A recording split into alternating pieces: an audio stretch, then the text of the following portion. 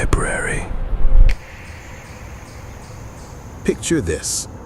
You're standing at the edge of your financial future, and the only thing separating you from the wealth you desire is a single decision.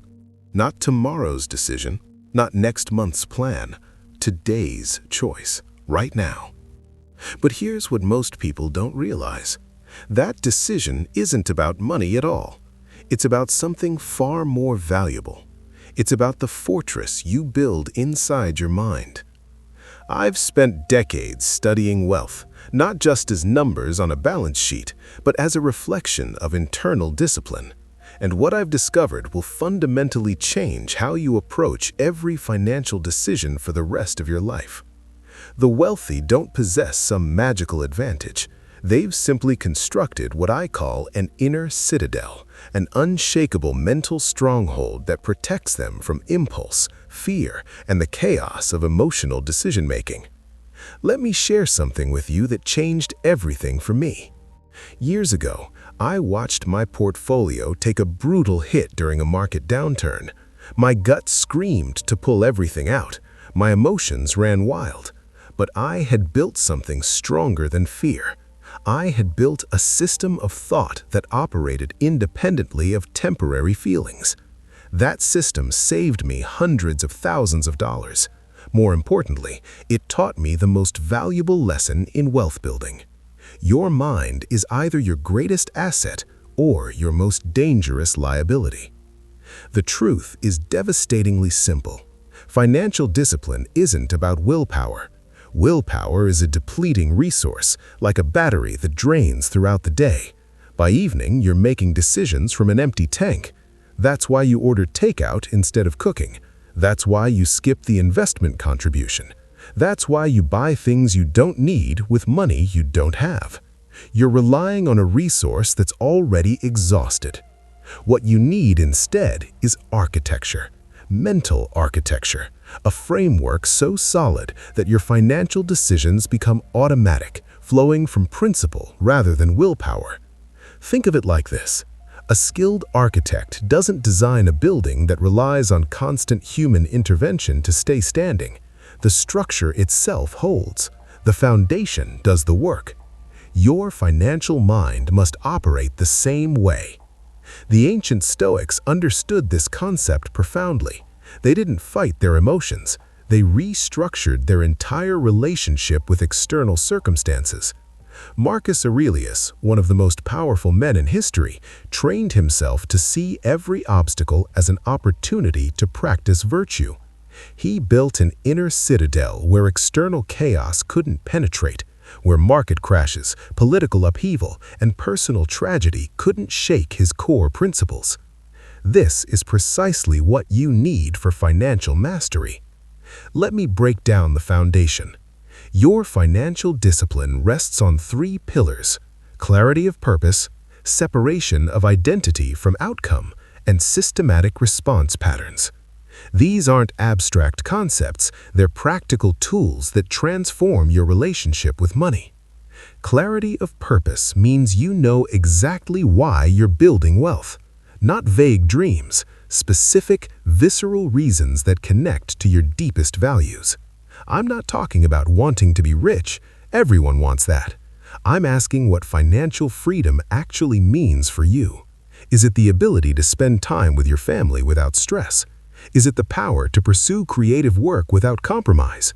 Is it the security of knowing you can weather any storm? Get crystal clear on this. Write it down. This becomes your North Star when temptation pulls you off course. The second pillar is more subtle but equally critical. You must separate your identity from your financial outcomes. This sounds counterintuitive, but stay with me. When you tie your self-worth to your net worth, you become emotionally volatile. A market dip crushes you.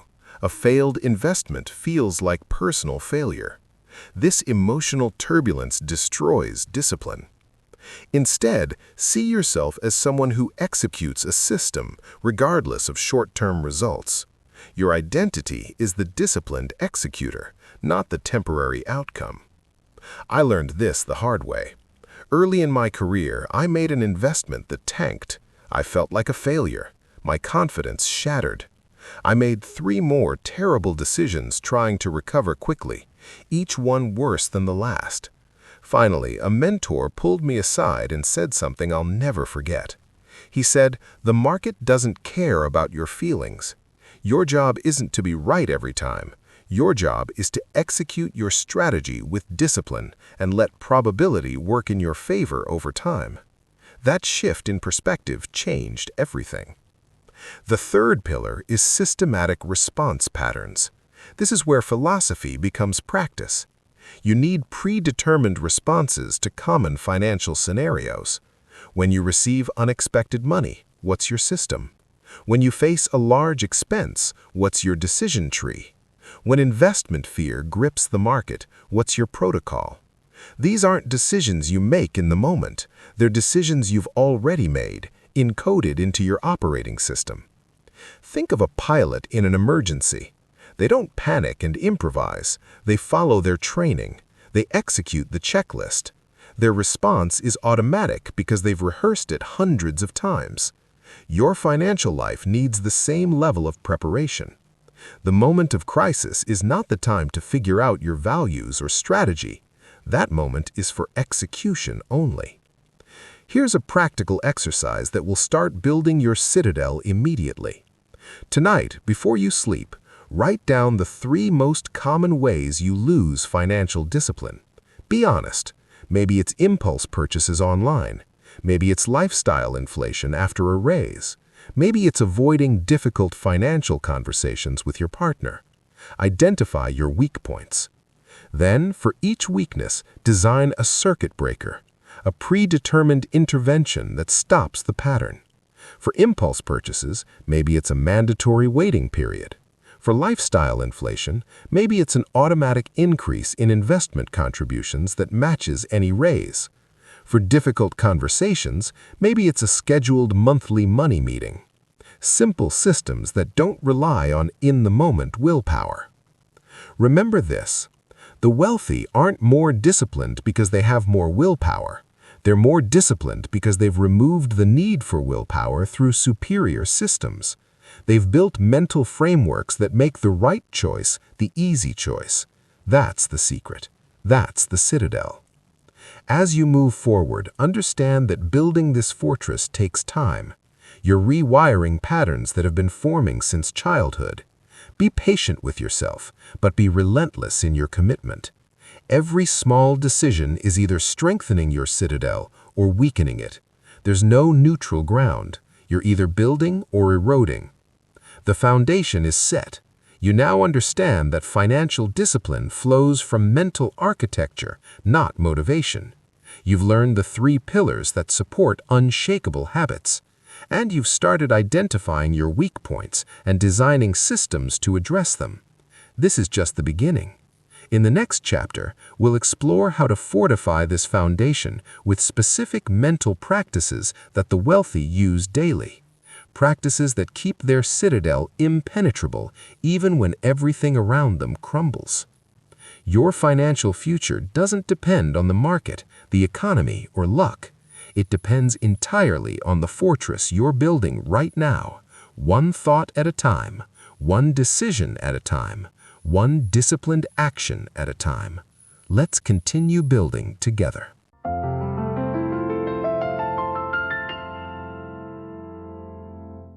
Chapter 2: The Daily Rituals of Mental Fortification. Your citadel exists. You've laid the foundation. But here's what separates those who maintain their financial discipline from those who watch it crumble. The difference isn't in the initial construction. It's in the daily maintenance. It's in the rituals that reinforce the walls, strengthen the gates, and keep the structure impenetrable against the constant siege of distraction, temptation, and fear. I want you to imagine your mind as a garden. You can plant the most valuable seeds, design the perfect layout, and create ideal conditions. But if you walk away and never tend to it, what happens? Weeds take over. The structure degrades. Within months, you can't even recognize what you built. Your financial discipline works exactly the same way. Without daily maintenance, it withers. Most people approach their finances reactively. They check their account when they need to pay bills. They think about investments when the market makes headlines. They consider their budget when money gets tight. This is like only thinking about your health when you're sick. By then, you're managing damage instead of building strength. The wealthy operate differently. They've integrated financial awareness into their daily rhythm so seamlessly that it requires almost no effort. Let me share what my mornings looked like when I was building my wealth. I would wake up, and before checking email, before scrolling through news, before doing anything else, I would spend exactly 7 minutes on what I call my financial centering practice. 7 minutes, that's all. But those 7 minutes compounded into millions of dollars over the course of my career. Not because of what I did in those minutes, but because of how those minutes shaped every decision that followed. Here's what happened in those 7 minutes. First, I would review my primary financial goal, not analyze it, not stress about it, just reconnect with it. I'd visualize what achieving it would feel like, who it would impact, why it mattered beyond the money itself. This took 90 seconds. This simple act inoculated me against impulsive decisions for the entire day. When you start your day connected to your deepest purpose, the trivial temptations lose their power. Next, I would acknowledge one financial win from the previous day. It didn't need to be big. Maybe I avoided an unnecessary purchase. Maybe I had a productive conversation about money. Maybe I simply executed my investment strategy as planned. This practice trained my brain to recognize and value discipline. What you focus on expands. If you only notice your financial mistakes, you'll feel defeated. If you acknowledge your disciplined choices, you'll build momentum. Then came the most important part. I would identify the single biggest financial temptation or challenge I expected that day. If I knew I was going to lunch with friends who overspend, I'd acknowledge it. If I had a meeting where I might feel pressure to upgrade my lifestyle, I'd name it. If the market was volatile and I might feel tempted to make emotional trades, I'd recognize it in advance. This is mental preparation. Athletes visualize their performance before competition. You need to visualize your financial discipline before the day tests it. Finally, I would recite what I called my discipline declaration. 3 simple statements that anchored my identity. I am someone who executes my financial plan regardless of emotion.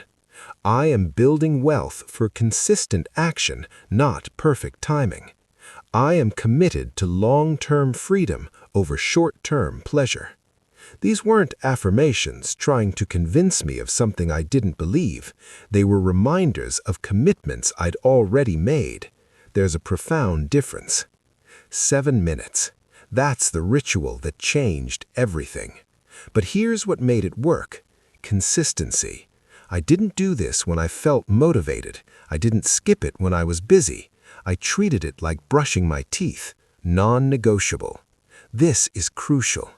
Discipline isn't something you feel, it's something you do, especially when you don't feel like it. Now, mornings are just the beginning. The wealthy have rituals throughout their day that maintain financial clarity. Let me walk you through a complete daily system that you can adapt to your life. This isn't about adding hours of work, it's about adding intentional moments that keep your citadel strong. Midday, I had what I called the pause practice. At lunch, before eating, I would take 60 seconds to check in with my financial state of mind, not my bank account, my mind. Was I feeling scarcity or abundance?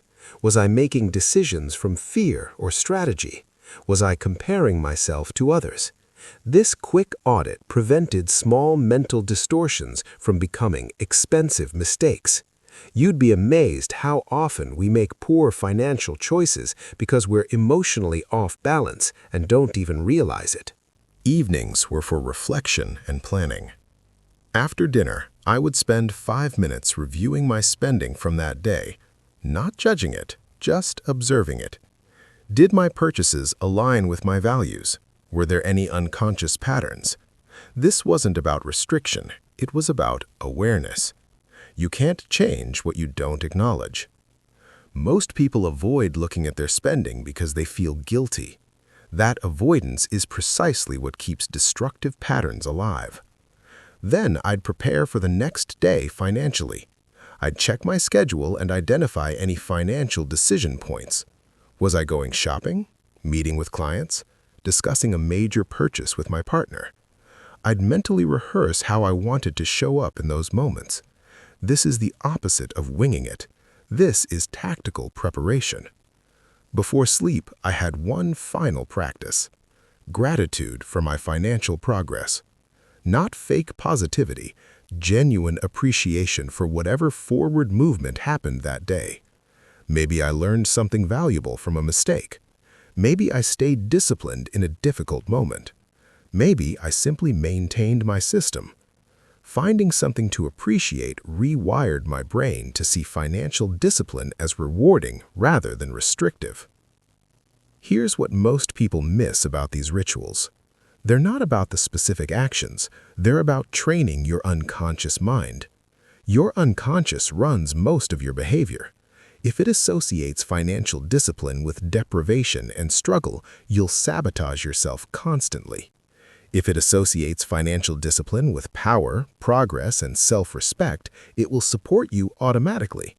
These daily rituals are the programming language for your unconscious.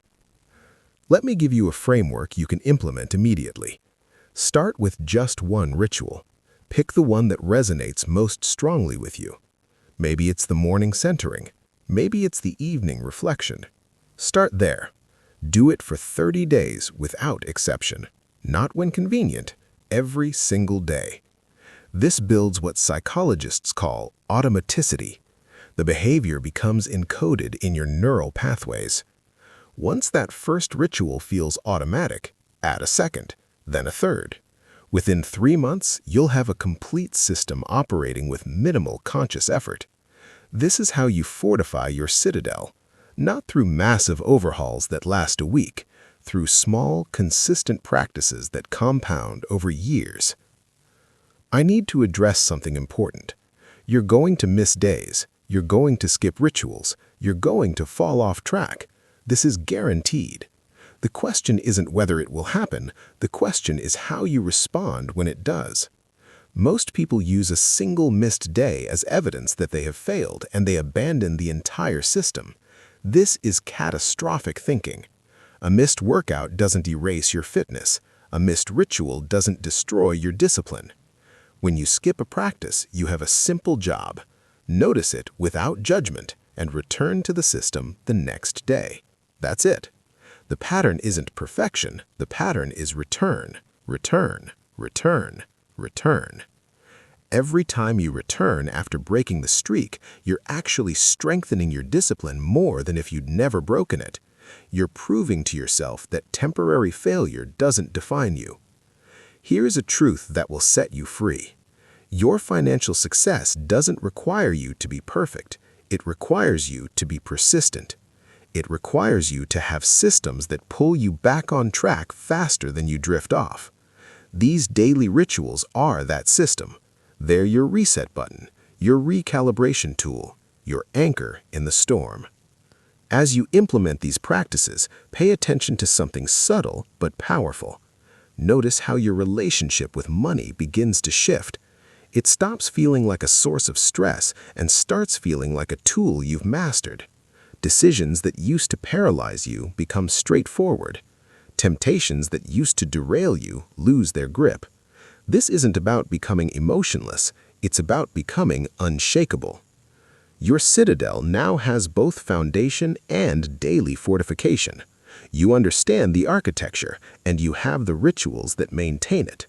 But there's a third element that transforms good discipline into unstoppable discipline. In the next chapter, we'll explore how to weaponize adversity, turning every financial setback into fuel for your fortress. Because the true test of your citadel isn't how it stands in calm weather, it's how it holds when the storm hits.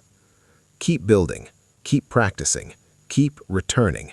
Your future self is counting on the discipline you're developing right now.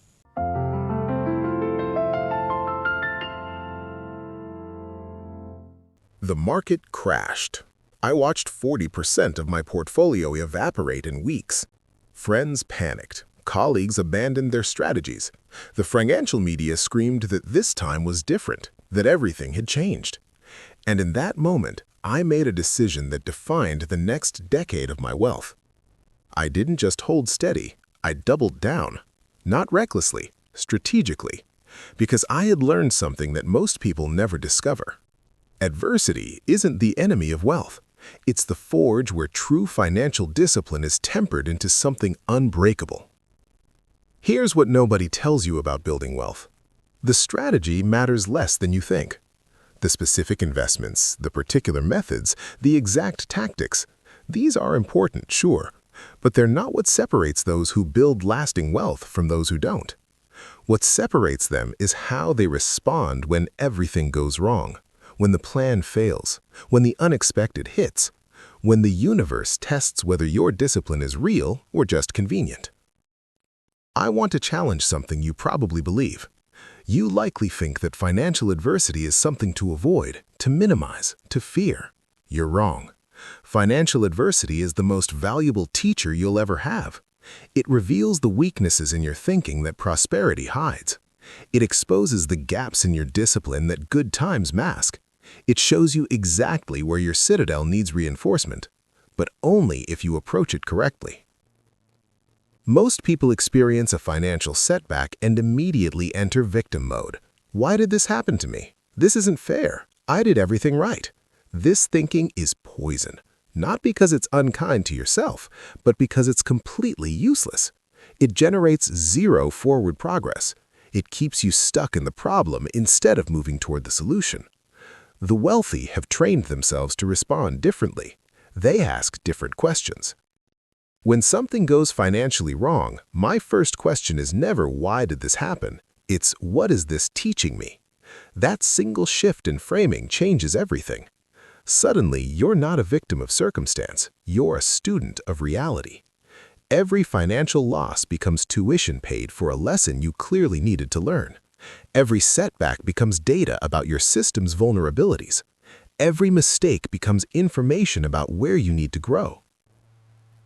Let me give you a framework I call the Adversity Advantage Protocol.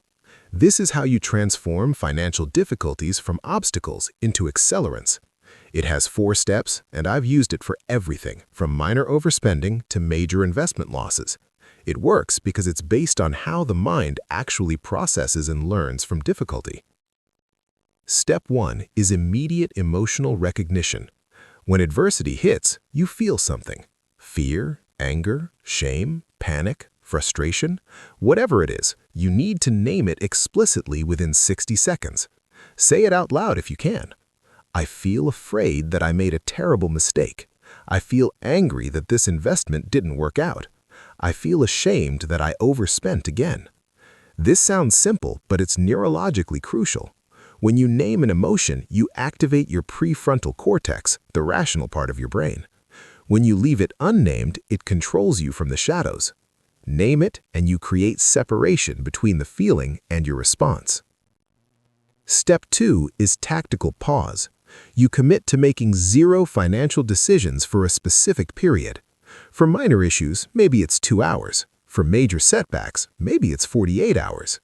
This isn't avoidance. This is strategic delay. Your emotional brain is flooded right now. It wants to do something, anything, to make the discomfort stop. It will push you toward reactive choices that feel good temporarily but damage you long-term. The pause interrupts this pattern. It creates space for your rational mind to engage. During this pause, you're not ignoring the situation. You're processing it differently. You're journaling about it, you're talking to trusted advisors, you're reviewing your core financial principles, you're reconnecting with your long-term vision. You're doing everything except making binding financial decisions.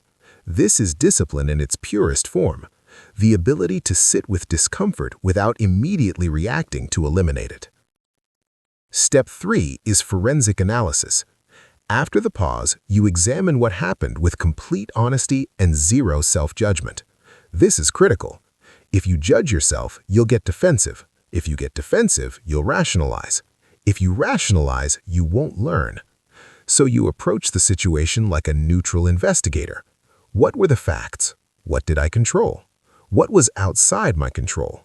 Where did my system break down? What assumptions did I make that proved incorrect? What would I do differently with the same information? What information was I missing? I keep a document I call my failure file. Every significant financial mistake goes in there with this forensic analysis. I review it quarterly.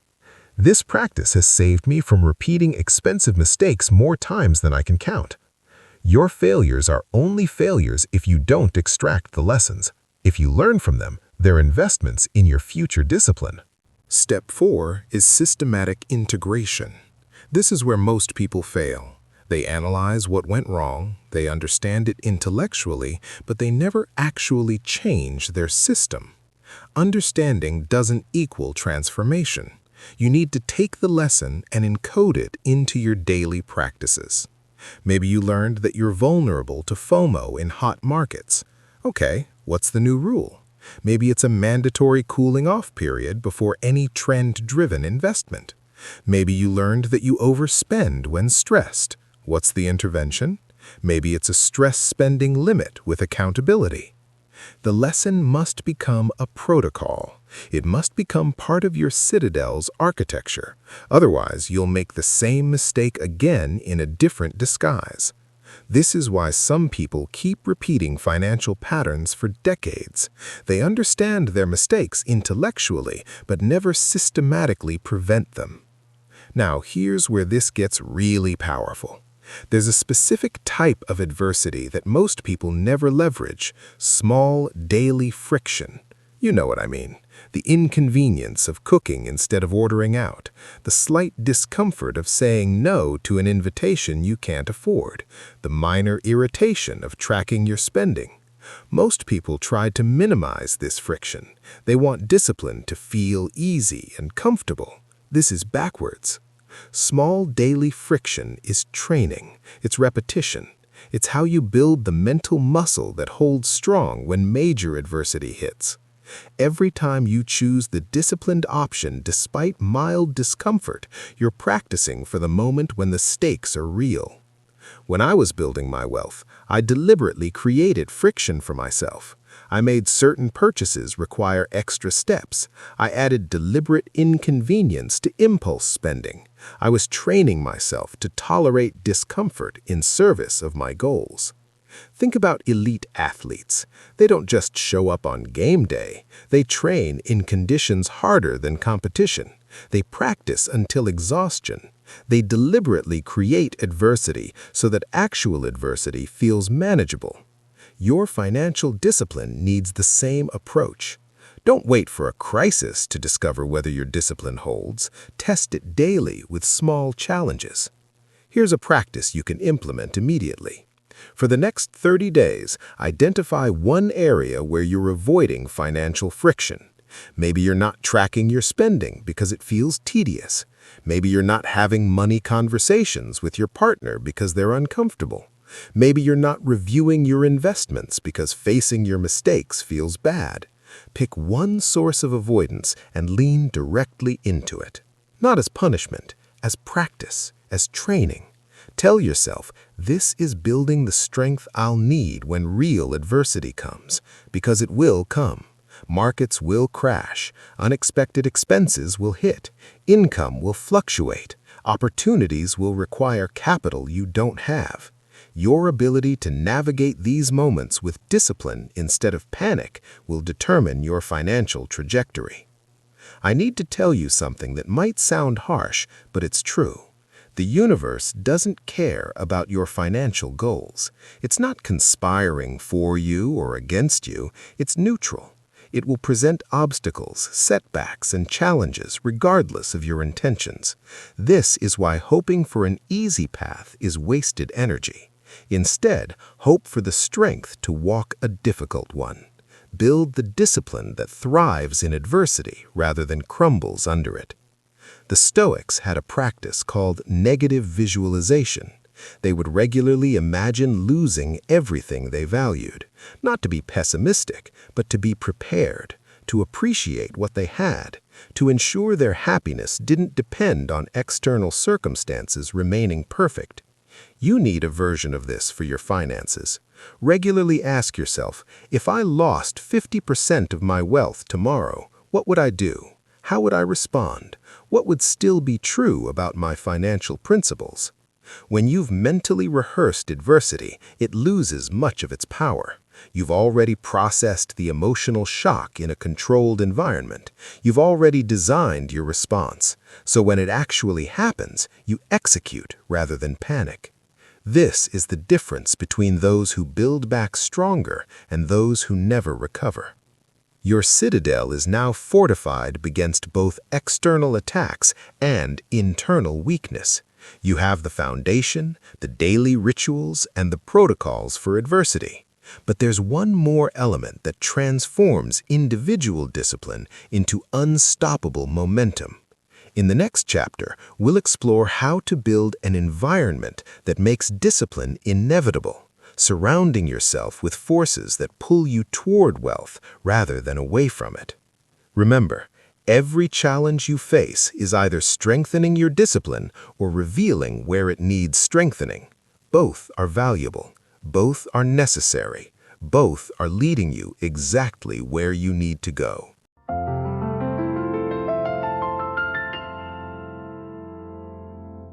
Chapter 4. Engineering your environment for inevitable success. I want you to imagine two people with identical financial knowledge, identical income, identical goals. One builds wealth effortlessly. The other struggles constantly, fighting temptation, battling impulses, exhausting themselves with discipline that feels like a daily war. What's the difference? It's not willpower. It's not intelligence. It's not even commitment. The difference is environment. One person is swimming upstream against every current in their life. The other has engineered an environment where the current flows directly toward wealth. Here's a truth that will save you years of unnecessary struggle. You are not nearly as independent as you think. Your decisions, your habits, your financial behaviors, they're not emerging purely from your conscious choices. They're being shaped, nudged, and influenced by everything around you. The people you spend time with, the content you consume, the physical spaces you inhabit, the systems you've created or failed to create. Your environment is either an ally or an enemy, and most people never realize they get to choose which. I learned this lesson expensively. For years, I relied on raw discipline to maintain my financial habits. I surrounded myself with people who overspent, then wondered why I struggled with lifestyle inflation. I kept my credit cards easily accessible, then fought constant temptation. I lived in a home filled with reminders of what I wanted to buy, then exhausted myself resisting. I was working 10 times harder than necessary because my environment was working against me. Then I discovered something that changed everything, a concept called decision architecture. It's simple but profound. Every choice you make exists within a structure. That structure can make the right choice easy and the wrong choice hard, or vice versa. The wealthy don't have superhuman discipline. They've structured their environment so that disciplined choices are the path of least resistance. Let me show you how this works practically. Start with your physical environment. Look around your living space right now. What financial behaviors is it encouraging? Is your workspace designed for productivity or distraction? Are shopping apps one tap away on your phone? Are investment accounts buried under 3 layers of security while impulse purchases are frictionless? Your environment is speaking to you constantly, telling you what matters, what's easy, what's normal. I restructured my entire physical environment around my financial goals. I removed every shopping app from my phone, not because I couldn't control myself, but because why fight a battle you don't need to fight? I set up automatic transfers to my investment accounts the day after payday. The money disappeared before I could consider spending it. I created a physical barrier between myself and my credit cards, not locked away like I couldn't be trusted, but just inconvenient enough that impulse purchases required genuine intention. These seem like small changes. They are small changes. That's exactly why they work. You're not relying on motivation or willpower. You're making the default option align with your goals. Decision architecture is about designing your life so that laziness and discipline produce the same result. Now let's talk about your social environment, because this is where most people sabotage themselves without realizing it. There's a principle in social psychology. You become the average of the 5 people you spend the most time with, not just in personality, but in income, in habits, in financial behaviors. Show me your closest friends, and I can predict your financial future with disturbing accuracy. This doesn't mean you abandon people you care about. It means you become intentional about who influences your financial thinking. I started seeking out people who were where I wanted to be financially, not to use them, but to learn from them, to normalize different behaviors, to see what disciplined wealth building actually looked like in practice. When everyone around you invests consistently, investing becomes normal. When everyone around you talks openly about money, financial conversations become easy. At the same time, I created boundaries with relationships that were pulling me backward. Friends who pressured me to overspend on social activities, family members who mocked my financial discipline as stinginess, colleagues who competed through consumption. I didn't cut these people out. I just stopped letting them influence my financial decisions. I learned to say no without guilt. I learned to participate on my terms. I learned that protecting my financial future was more important than avoiding temporary discomfort. Here's a practice that reveals everything about your social environment. List the 5 people you interact with most frequently. For each person, honestly assess whether they elevate your financial discipline or undermine it. Are they making choices you want to emulate or choices you're trying to avoid? Are they supportive of your goals or subtly dismissive? This isn't about judgment, it's about awareness. You cannot change what you refuse to see. If your current social environment isn't supporting your financial goals, you have 2 options: either influence it or expand it. Sometimes you can shift the culture of your existing relationships. Start talking openly about your financial goals. Share what you're learning. Model different behaviors. You might be surprised how many people are secretly wanting the same changes but afraid to initiate them. Other times, you need to deliberately expand your circle. Join communities focused on financial growth. Attend events where disciplined people gather. Engage in online forums where wealth building is normalized. You're not replacing your current relationships, you're adding new influences that pull you forward. Over time, this shifts your entire baseline of what's normal and desirable and possible. Your information environment is equally critical. What content are you consuming daily? What messages are you absorbing about money, success, discipline? Most people passively consume whatever the algorithm serves them. This is insane. You're allowing a profit-driven system to program your thinking about the most important areas of your life.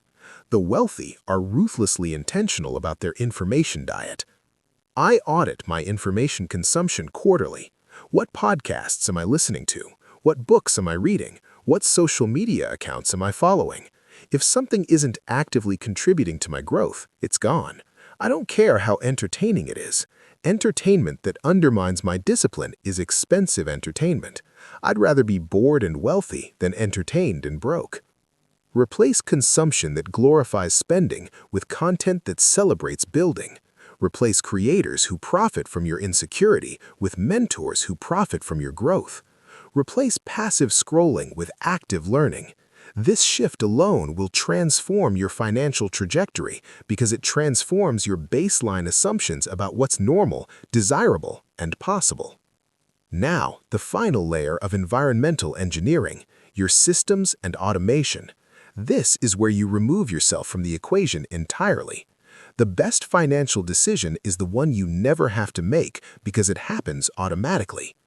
Every recurring financial choice is an opportunity for automation. I automated everything I could: investments, savings, bill payments, even charitable giving. These things happen without my involvement. I don't deserve credit for the discipline of consistent investing because I'm not actually being disciplined. I set it up once and the system runs. This freed up my mental energy for decisions that genuinely required judgment: strategic opportunities, career moves, business investments, the things that actually move the needle. Here's your implementation roadmap. Over the next 90 days, systematically engineer each environmental layer. Month 1, focus on physical environment. Remove friction from wealth-building behaviors and add friction to wealth-destroying ones. Month 2, address your social environment. Expand your circle of financial influence and create boundaries where necessary. Month 3, audit and optimize your information consumption and financial automation. This isn't a one-time project. Your environment will drift back towards chaos and convenience if you don't maintain it. Schedule a quarterly environmental audit. What's working? What's slipping? What new influences have entered your life? What systems need reinforcement? Treat your environment like a garden that requires consistent tending. I need to warn you about something. When you start engineering your environment for financial success, people will notice. Some will be inspired, others will be threatened. You'll get comments, questions about why you're changing, suggestions that you're becoming obsessed or extreme. This is resistance. It's coming from people who are unconsciously invested in you staying where you are because your growth highlights their stagnation. Stay the course. Your financial future is more important than their comfort with your changes. The people who matter will support you. The people who don't support you don't matter as much as you think.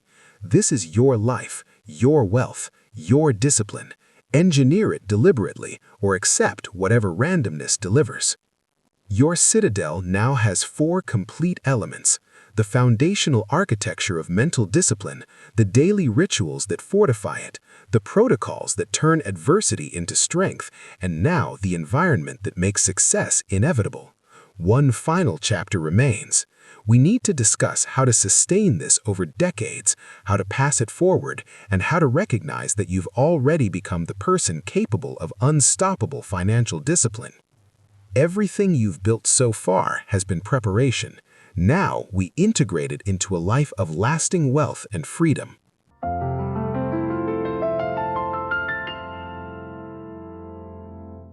You've built something extraordinary.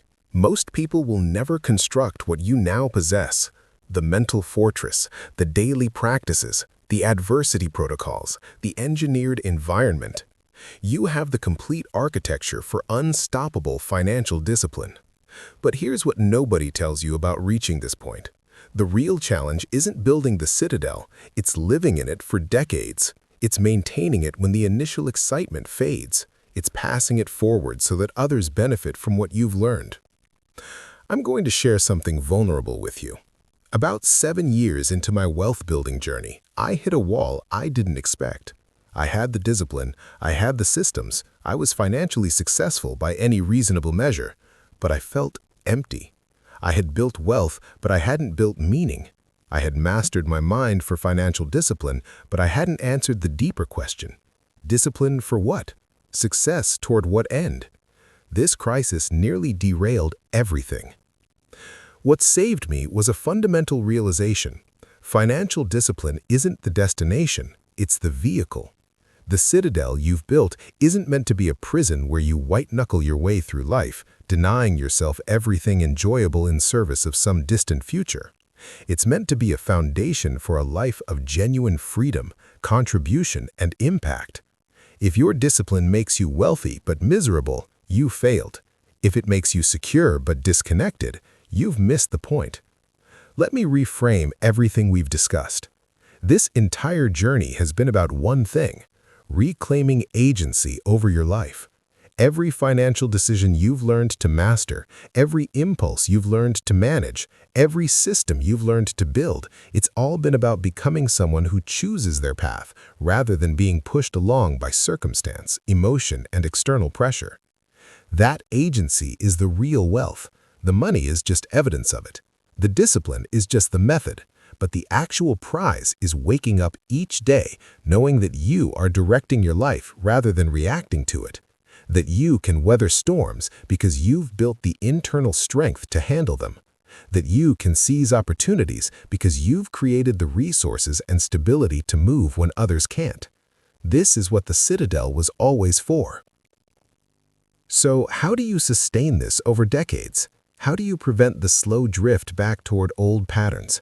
How do you keep the fire alive when the initial motivation inevitably fades? The answer is evolution. Your discipline cannot be static. It must evolve as you evolve. The systems that work when you're building your first 100,000 won't work when you're managing millions. The challenges you face at 30 are different from those at 50. Your citadel must be a living structure, adapting and growing. Every few years, I completely reassess my financial discipline framework, not because it failed, but because I've changed. My goals have shifted. My values have deepened. My life circumstances have evolved. What served me perfectly 5 years ago might be limiting me now. I ask myself hard questions. Am I still optimizing for the right outcomes? Are my systems serving my current life or my past life? What needs to be released? What needs to be added? This evolution requires honesty that most people avoid. It's easy to become attached to your methods, to defend them because they've worked, to resist change because change feels like admitting you were wrong. But rigidity is the enemy of lasting discipline. The markets change, the economy changes, technology changes, your family situation changes, your health changes. Clinging to outdated systems in a changing world isn't discipline, it's stubbornness masquerading as principle. Here's a practice for sustainable discipline. Once per year, take a full day away from your normal environment. No distractions, no agenda except honest reflection. Review the past year financially. Not just the numbers, but the experience. Where did you feel aligned with your values? Where did you feel like you were going through the motions? What brought you genuine satisfaction? What felt like empty achievement? Use this annual review to adjust your approach for the coming year. Now, let's address something crucial: legacy. At some point, you're going to want to share what you've learned, maybe with your children, maybe with friends who are struggling, maybe with your community. This is natural. You've discovered something valuable, and you want others to benefit. But here's the trap. You cannot give someone discipline. You can only create conditions where they might develop it themselves. I see this mistake constantly. Someone builds wealth through discipline, then tries to shortcut the process for people they care about. They give money without requiring the mental framework. They provide solutions without allowing the struggle that builds strength. They mean well, but they're actually stealing the most valuable gift: the opportunity to build an unshakable mind through direct experience. If you want to pass forward what you've learned, don't give answers. Share your process. Tell your stories, including the failures. Model the behaviors. Create environments where discipline is valued and practiced, but resist the urge to save people from the very challenges that will forge their own citadel. The greatest gift you can give someone isn't money or success, it's belief in their ability to develop the discipline that creates both. I think about the legacy I'm leaving my children constantly. I could give them wealth that makes discipline unnecessary, or I could give them the mindset that makes wealth inevitable. The first option is easier and makes me feel generous. The second option is harder and requires me to let them struggle. But only the second option actually serves them. Only the second option gives them something that can't be taken away by circumstance. As you move forward from here, I want you to understand something profound. You are not the same person who started this book. That person hoped for discipline, but doubted their capacity for it. That person wanted financial freedom, but wasn't sure they could build it. That person was looking for permission, for a method, for proof that it was possible. You are no longer that person. You are now someone who understands that discipline is architecture, not willpower. Someone who knows that daily rituals compound into extraordinary results. Someone who sees adversity as information rather than injustice. Someone who engineers their environment instead of being shaped by it. Someone who recognizes that the citadel is never finished but always being reinforced. You have become the person capable of unstoppable financial discipline. This transformation didn't happen because you read the right words. It happened because somewhere in these chapters you made a decision. A decision to stop waiting for the perfect moment and start building now. A decision to stop hoping for easy and start training for hard. A decision to take full ownership of your financial future regardless of your starting point or past mistakes. That decision is what changed everything. Here's what I need you to know as we close. The path ahead will still be challenging. You will still face temptation. You will still experience setbacks. You will still have moments of doubt. Building lasting wealth is not a straight line upward. It's a messy, non-linear process filled with unexpected turns. But you now have something most people never develop: the tools to navigate that messiness with discipline instead of chaos. When you face your next financial challenge, and you will, remember the citadel. Remember that you've built mental architecture designed exactly for these moments. Remember your daily rituals that keep you grounded. Remember your adversity protocols that turn problems into progress. Remember your engineered environment that supports your success. You are not facing these challenges alone or unprepared. You are facing them from a position of strength you deliberately constructed. I want to thank you for investing this time in yourself, for taking these principles seriously, for doing the difficult work of honest self-examination, for committing to a path that most people avoid because it requires genuine discipline rather than quick fixes. You've honored yourself by refusing to settle for less than you're capable of becoming. I want to congratulate you for reaching this point. Many people start, fewer finish. You finished. You absorbed the complete framework. You now possess knowledge that can compound into extraordinary wealth over your lifetime. But more importantly, you possess the mindset that makes that compounding possible. Knowledge without discipline is useless. You have both. And finally, I want to encourage you with this truth. Your financial discipline journey is just beginning. This book is not the end. It's the foundation. Everything you do from this moment forward is building on what you've established here. Every disciplined choice reinforces your citadel. Every challenge overcome makes you stronger. Every year that passes compounds not just your wealth, but your capacity for discipline itself. 10 years from now, you'll look back at this moment and barely recognize the person you were. You'll have wealth you can't imagine yet. You'll have faced challenges you can't predict yet. You'll have developed strength you don't know you need yet. And all of it will trace back to the decision you made right now. The decision to master your mind for unstoppable financial discipline. The citadel stands. Your mind is fortified. Your systems are in place. Your environment is aligned. Your legacy is being written with every choice you make. You are ready. Not because the path ahead is easy, but because you've built the strength to walk difficult paths with unwavering discipline. Go build the wealth you deserve.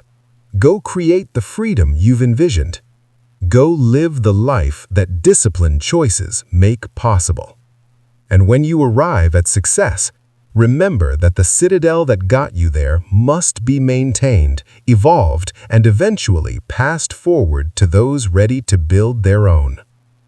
Your financial future is no longer a hope, it's an inevitability. Because you are no longer someone who wishes for discipline. You are someone who embodies it. That changes everything. Thank you for this journey. Congratulations on your transformation and encouragement for every step ahead. You've got this. You've always had this. Now you know it. The citadel is complete. Now live from it.